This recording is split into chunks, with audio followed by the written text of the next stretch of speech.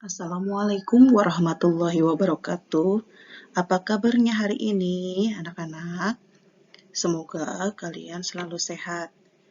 Sebelum mulai ke pembelajaran hari ini, kita berdoa terlebih dahulu. Berdoa mulai.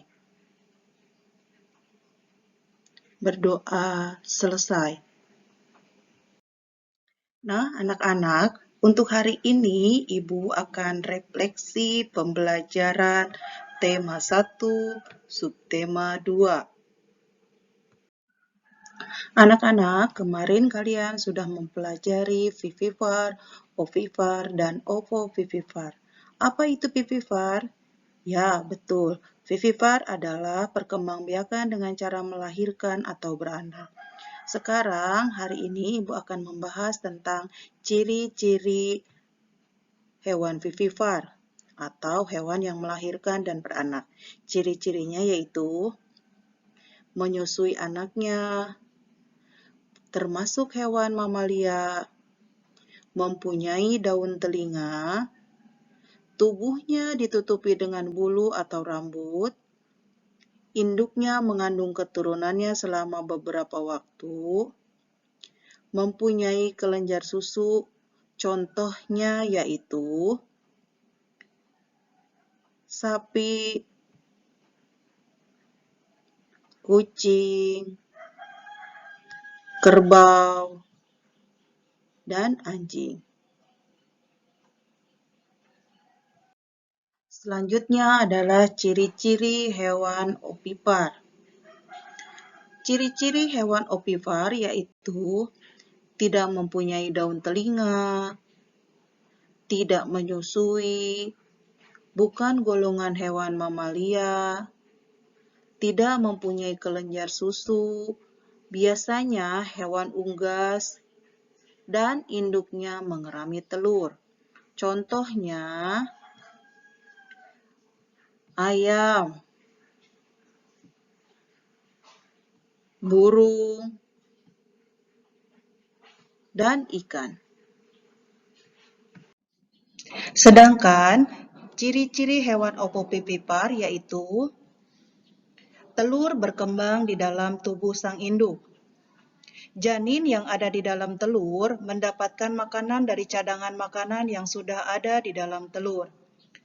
Saat mencapai usia matang, telur menetas dalam tubuh induk dan anak keluar dari dalam tubuh sang induk. Contohnya, kadal, ikan pari, hiu, dan paus.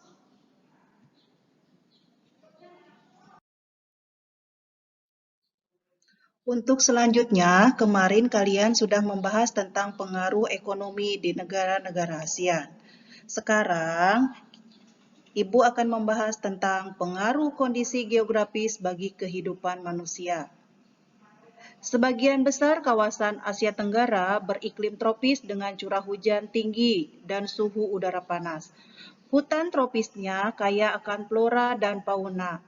Hutan menghasilkan kayu dan rotan. Hanya Myanmar bagian utara yang beriklim subtropis. Hampir semua negara di kawasan Asia Tenggara memiliki wilayah laut. Laut banyak memberikan manfaat terkait sumber daya alam, yaitu ikan dan hasil laut lainnya, jalur transportasi air, objek wisata, dan bahan tambang seperti minyak dan gas bumi. Jadi, di sini kita tahu bahwa kondisi geografis juga mempengaruhi dalam kehidupan manusia. Kalau kondisi geografis di Asia Tenggara sendiri, hampir semuanya itu memiliki laut. Nah, laut sendiri menghasilkan berbagai sumber daya alam yang dapat dimanfaatkan manusia. Sekarang kita akan membahas tentang geografis dari masing-masing negara yang tergabung di ASEAN. Yang pertama yaitu Indonesia, yaitu negara kita sendiri. Iklim Indonesia adalah tropis.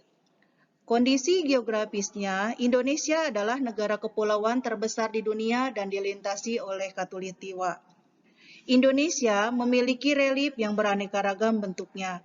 dan dilalui oleh dua sirkum, yaitu sirkum Pasifik dan Mediterania, yang menyebabkan Indonesia memiliki banyak gunung api. Selain itu, Indonesia diapit oleh beberapa lempeng besar yang menyebabkan wilayahnya rawan gempa. Negara selanjutnya adalah Brunei Darussalam. Iklim Brunei Darussalam yaitu tropis khatulistiwa. Sedangkan kondisi geografisnya, Brunei terdiri atas dua wilayah yang terpisah, yaitu wilayah barat dan timur. Wilayah Brunei dikelilingi oleh wilayah Malaysia. Wilayah barat merupakan dataran rendah yang berawa-rawa. Pantai bagian utara Brunei merupakan daerah dataran yang relatif luas dan di wilayah ini terdapat Teluk Brunei.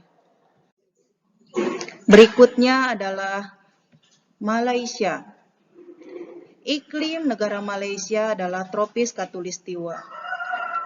Kondisi geografisnya, Malaysia terdiri atas dua kawasan utama, yaitu Malaysia Barat yang diliputi bentukan pegunungan, dan Malaysia Timur umumnya sempit dan berawa-rawa, serta sungai-sungai yang pendek dan berkelok-kelok. Negara selanjutnya adalah Filipina. Filipina memiliki iklim tropis basah. Sedangkan kondisi geografisnya, Filipina merupakan negara kepulauan yang termasuk pulau besar, adalah Luzon dan Mindanao. Filipina banyak memiliki gunung berapi yang masih aktif. Filipina dilalui oleh deretan pegunungan sirkum Pasifik. Berikutnya adalah Kamboja. Kamboja memiliki iklim tropis basah dan kering. Kondisi geografisnya, bentuk wilayah Kamboja menyerupai piring. Di bagian tengahnya terdapat dataran besar Tonle Sap, sedangkan bagian tepi dibentuk oleh deretan pegunungan. Negara ini dilalui oleh Das Mekong. Sampai sekarang, Sungai Mekong merupakan sungai yang terpenting di Kamboja. Negara berikutnya adalah Myanmar. Iklimnya yaitu tropis, sedangkan kondisi geografisnya, negara Myanmar terbentuk dari dua lipatan pegunungan di sebelah barat dan sebuah patahan blok di sebelah timur. Keduanya berjajar dari utara ke selatan. Jajaran sebelah barat mencakup deretan pegunungan Letak, Bukit Chin, dan pegunungan Arakanyoma yang diliputi hutan-hutan yang lebat. Berikutnya adalah Vietnam. Vietnam memiliki iklim bagian utara iklimnya sedang dan selatan iklimnya tropis. Sedangkan kondisi geografisnya, secara geografis, Vietnam terdiri dari 5 wilayah, yaitu daerah pegunungan utara, daerah Sungai Merah, barisan pegunungan Annam yang berhubungan dengan Vietnam Utara dan Vietnam Selatan, garis pesisir pantai yang sempit antara barisan pegunungan Annamite dan Laut Cina Selatan, delta Sungai Mekong di sebelah selatan Vietnam. Itulah kondisi geografis negara Vietnam. Untuk selanjutnya adalah negara Laos. Laos memiliki iklim bagian utara iklimnya sedang dan selatan iklimnya tropis. Sedangkan kondisi geografisnya, Laos merupakan satu-satunya negara di Asia Tenggara yang jalan masuk wilayahnya tanpa melalui laut. Sebagian besar wilayah Laos adalah daerah pegunungan dan wilayah lainnya merupakan dataran tinggi. Negara berikutnya adalah Singapura.